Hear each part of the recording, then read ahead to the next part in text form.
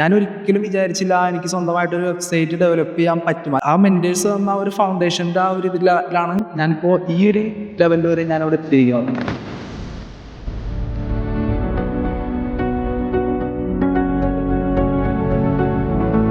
ഇപ്പോൾ എന്നെ എത്തിച്ചേക്കുന്നത് സ്വന്തമായിട്ട് ഒരു ഡിജിറ്റൽ മാർക്കറ്റിംഗ് ഏജൻസി, ഒപ്പം അതൊരു പ്രൊഡക്ഷൻ കമ്പനി, ആ ഒരു ലെവലിലേക്കാണ് ഞാനിപ്പോൾ സ്വന്തമായിട്ട് വളർന്ന് എത്തി. ആ ഒരു സ്റ്റാർട്ടിങ് സ്റ്റേജിലേക്കാണ് ഇപ്പോൾ എത്തി നിൽക്കുന്നത്. ഞാൻ ചെയ്യുന്ന കാര്യങ്ങളിൽ എനിക്ക് CDയിൽ നിന്ന് കിട്ടിയിരിക്കുന്ന എക്സ്പീരിയൻസ് ആണ് എന്നെ ഈ ലെവലിൽ വരെ എത്തിച്ചത്. ഞാൻ അന്വേഷിക്കുന്ന ഒരു സംഭവം ഇവിടെ ഉണ്ട് എന്നുള്ള ആ ഒരു കോൺഫിഡൻസും എല്ലാം എനിക്ക് കിട്ടി. നെക്സ്റ്റ് ഡേ തന്നെ ഞാൻ ജോയിൻ ചെയ്തു. അതായത് after completion of my degree, അത് കഴിഞ്ഞിട്ട് ഞാൻ നമുക്ക് ഫാമിലി ബിസിനസ് ഉണ്ട്, ഫിഷ് ഷോപ്പ് ഉണ്ട്. അപ്പോൾ അവിടെ തന്നെയാണ് ഞാൻ സെയിൽസ് കാര്യങ്ങളൊക്കെ ആയിട്ട് നിന്നത്. അപ്പോൾ അവിടെ സെയിൽസിലും ഫിഷ് ഷോപ്പിൽ വർക്ക് ചെയ്യുന്ന സമയത്ത് തന്നെ ഫുൾ ടൈം ആയിട്ടാണ് ഞാൻ വർക്ക് ചെയ്തിട്ടുള്ളത്. ആ ടൈമിൽ എനിക്ക് സ്വന്തമായിട്ടൊരു കരിയർ ബിൽഡ് ചെയ്യണം, ഒരു പ്രൊഫഷൻ, ആ ഒരു രീതിയിലേക്ക് എത്തിപ്പെടണം എന്നുള്ള ഒരു ഡ്രീം എൻ്റെ ഉള്ളിലുണ്ടായി. അതിനുശേഷമാണ് ഞാനിങ്ങനെ പയ്യെ ഏത് കോഴ്സ് എടുക്കും, എന്തിലേക്ക് നോക്കും എന്നുള്ള. അപ്പോൾ ആ ടൈമിൽ തന്നെ സെയിൽസിൽ ഞാൻ കൂടുതൽ വർക്ക് ചെയ്തേക്കുന്നതുകൊണ്ടും ഞാൻ ചെറുപ്പം തൊട്ടേ ഞാൻ സെയിൽസിൽ ഒരുപാട് വർക്ക് ചെയ്തിട്ടുണ്ട്, പല ഷോപ്പുകളിലായിട്ടും പല സ്ഥലങ്ങളിലായിട്ടും. അപ്പോൾ ഈ സെയിൽസും മാർക്കറ്റിങ്ങും എനിക്ക് ഒരു അത്യാവശ്യം രണ്ടും ഇഷ്ടമുള്ളൊരു പരിപാടി തന്നെയാണ്. അങ്ങനെയാണ് ഞാൻ മാർക്കറ്റിംഗ് എന്നുള്ള സംഭവത്തിലേക്ക് ഞാൻ കൂടുതൽ ഫോക്കസ് ചെയ്തത്. പിന്നെ ഞാൻ അന്വേഷിച്ചു. അപ്പോഴാണ് ഇപ്പോഴത്തെ മാർക്കറ്റിംഗ് എന്ന് പറയുമ്പോൾ ട്രഡീഷണലി മാറിയിട്ട് മൊത്തം ഡിജിറ്റൽ മാർക്കറ്റിംഗ് എന്നുള്ള രീതിയിലേക്കാണ് വന്നത്. അപ്പോൾ ആ ടൈമിൽ 2023 ഞാൻ കൊച്ചിയിലെ എല്ലാ ഇൻസ്റ്റിറ്റ്യൂഷനിലും കയറി. അതായത് ഓൾമോസ്റ്റ് എല്ലാം ഒരു 10 to 15 ഇൻസ്റ്റിറ്റ്യൂഷനിൽ ഞാൻ കയറിയിട്ടുണ്ട്. ഏത് ഇൻസ്റ്റിറ്റ്യൂഷനാണ് ബെറ്റർ ആയിട്ട് എന്നുള്ളത്. അങ്ങനെ ഞാൻ ചൂസ് ചെയ്ത് ലാസ്റ്റ് 3 ഇതിൽ ഞാൻ എത്തി. അതിനുശേഷമാണ് എനിക്ക് ഫൈനലി CDA എന്നുള്ള രീതിയിലേക്ക് ഞാൻ ചൂസ് ചെയ്തു. നെക്സ്റ്റ് ഡേ തന്നെ ഞാൻ CDAയിൽ വന്നു. അവിടെ വന്നതിന് ശേഷമുള്ള ഒരു വർക്കിംഗ് അറ്റ്മോസ്ഫിയർ ആയിക്കോട്ടെ, മൊത്തത്തിൽ ക്രിയേറ്റിവിറ്റി, എല്ലാ സംഭവങ്ങളും ഞാൻ അന്വേഷിക്കുന്ന ഒരു സംഭവം ഇവിടെ ഉണ്ട് എന്നുള്ള ആ ഒരു കോൺഫിഡൻസും എല്ലാം എനിക്ക് കിട്ടി. നെക്സ്റ്റ് ഡേ തന്നെ ഞാൻ ഇവിടെ ജോയിൻ ചെയ്തു. അങ്ങനെ ഞാനിവിടെ ക്ലാസ് സ്റ്റാർട്ട് ചെയ്തു. അങ്ങനെയാണ് എൻ്റെ ഡിജിറ്റൽ മാർക്കറ്റിംഗ് എന്ന ഒരു കരിയർ, ആ ഒരു പ്രൊഫഷനിലേക്ക് ഞാൻ ഫസ്റ്റ് സ്റ്റെപ്പ് എടുത്ത് വെക്കുന്നത്. ഈ ഒരു കോഴ്സ് ചൂസ് ചെയ്ത് CDയിലേക്ക് വരുന്ന ടൈമിൽ തന്നെ നല്ല ഫിയർ ഉണ്ടായി. എന്താവും, നമ്മൾ ഇഷ്ടപ്പെട്ട ആ ഒരു പ്രൊഫഷനിലേക്ക് നമ്മൾ എത്തിപ്പെടാൻ പറ്റുമോ എന്നുള്ള കാര്യങ്ങളിലേക്കാണ്. പിന്നെ ആ ഒരു കോഴ്സ് ഇവിടെ ജോയിൻ ചെയ്തു. പിന്നെ ഇവിടുത്തെ സാർമാരായിക്കോട്ടെ, മെൻറ്റേഴ്സ് എല്ലാവരും നമുക്ക് ഭയങ്കര സപ്പോർട്ടാണ് നമുക്ക് തന്നത്. അതിൻ്റെ ഒരു എക്സാമ്പിൾ പറയുന്നുണ്ടെങ്കിൽ, ഇവിടെ സ്റ്റാർട്ട് ചെയ്ത് വെബ്സൈറ്റ് ഡെവലപ്പ് ചെയ്യുന്ന ഒരു ടൈമുണ്ട്. അതിൽ ഞാൻ ഒരിക്കലും വിചാരിച്ചില്ല എനിക്ക് സ്വന്തമായിട്ടൊരു വെബ്സൈറ്റ് ഡെവലപ്പ് ചെയ്യാൻ പറ്റും. അത് ചെയ്തുകൊണ്ടിരിക്കുന്ന ടൈമിൽ തന്നെ എനിക്ക് ഭയങ്കരമായിട്ട് ഒട്ടും കോൺഫിഡൻസ് അല്ലായിരുന്നു.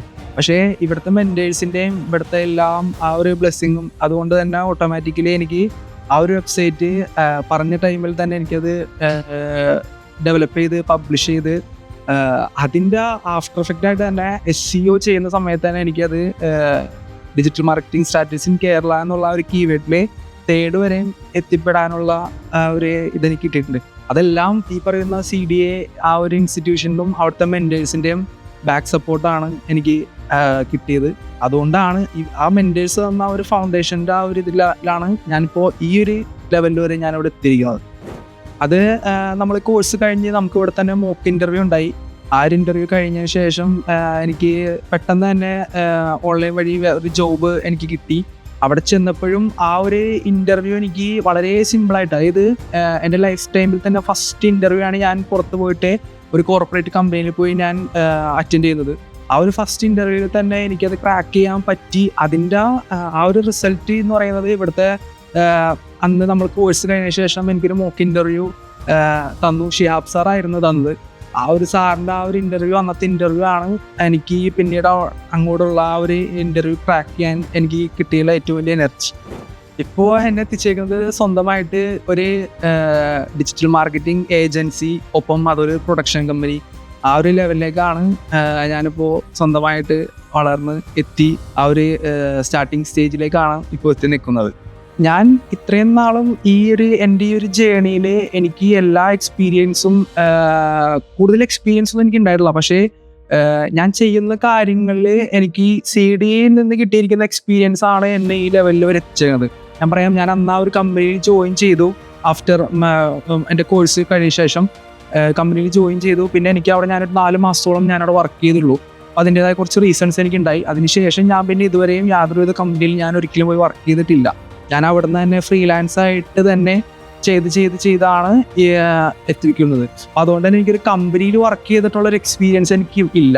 CDAയിൽ നിന്ന് ഇറങ്ങി പിന്നെ ആ ഒരു കമ്പനിയിൽ വർക്ക് ചെയ്തു. അപ്പോൾ CDAയിൽ നിന്ന് കിട്ടിയ എക്സ്പീരിയൻസ് ആണ് എന്നെ അവിടം വരെ എത്തിച്ചത്. അതിൽ നിന്നാണ് എന്നെ ഈ ഒരു ലെവലിലേക്ക് എത്തിച്ചത്. അപ്പോൾ ടോട്ടലി പറയുകയാണെങ്കിൽ CDAയിൽ നിന്ന് കിട്ടിയിരിക്കുന്ന എക്സ്പീരിയൻസ് ആണ് എന്നെ ഈ ഒരു ലെവലിലേക്ക് എത്തിച്ചേക്കണതും. ഇവിടെ കമ്പനി ചിലപ്പോൾ കോഴ്സ് പഠിക്കുന്ന സമയത്തായാലും നമ്മൾക്ക് ഏജൻസി ഓറിയൻറ്റഡ് ആയിട്ടുള്ള നമ്മൾക്ക് പ്രാക്ടിക്കലായിട്ടാണ് നമ്മൾ ചെയ്തുകൊണ്ടിരുന്നത്. ഒരു ക്ലയൻ്റ് ആയിക്കോട്ടെ, ഒരു ഓഫീസിൽ വർക്ക് ചെയ്യുമ്പോഴോ നമ്മൾ എങ്ങനെ അവിടെ സോഷ്യൽ മീഡിയയിൽ നമ്മുടെ പ്രസൻസ് എങ്ങനെ ഉണ്ടാക്കണം, പിന്നെ അതുപോലെ കലണ്ടർ ആയിക്കോട്ടെ, അങ്ങനെ ഈ പറയുന്ന A to Z കാര്യങ്ങളും CDAയിൽ നിന്ന് അന്ന് കിട്ടിയ ആ ഒരു ബേസിൻ്റെ പുറത്ത് മാത്രമാണ് ആ ഒരു ലെവലിനെ ഞാൻ ഇങ്ങനെ വളർത്തിയാണ് ഈ ഒരു ലെവലിൽ എത്തിയിരിക്കുന്നത്.